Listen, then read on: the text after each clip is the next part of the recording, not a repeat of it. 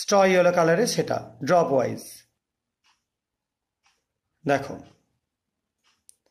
Drop পড়বার সঙ্গে সঙ্গে একটা বিশেষ কালার তৈরি হচ্ছে, তোমরা দেখতে পাচ্ছ, এবং কালারটা আস্তে আস্তে সলিউশনটার মধ্যে ছড়িয়ে পড়ছে।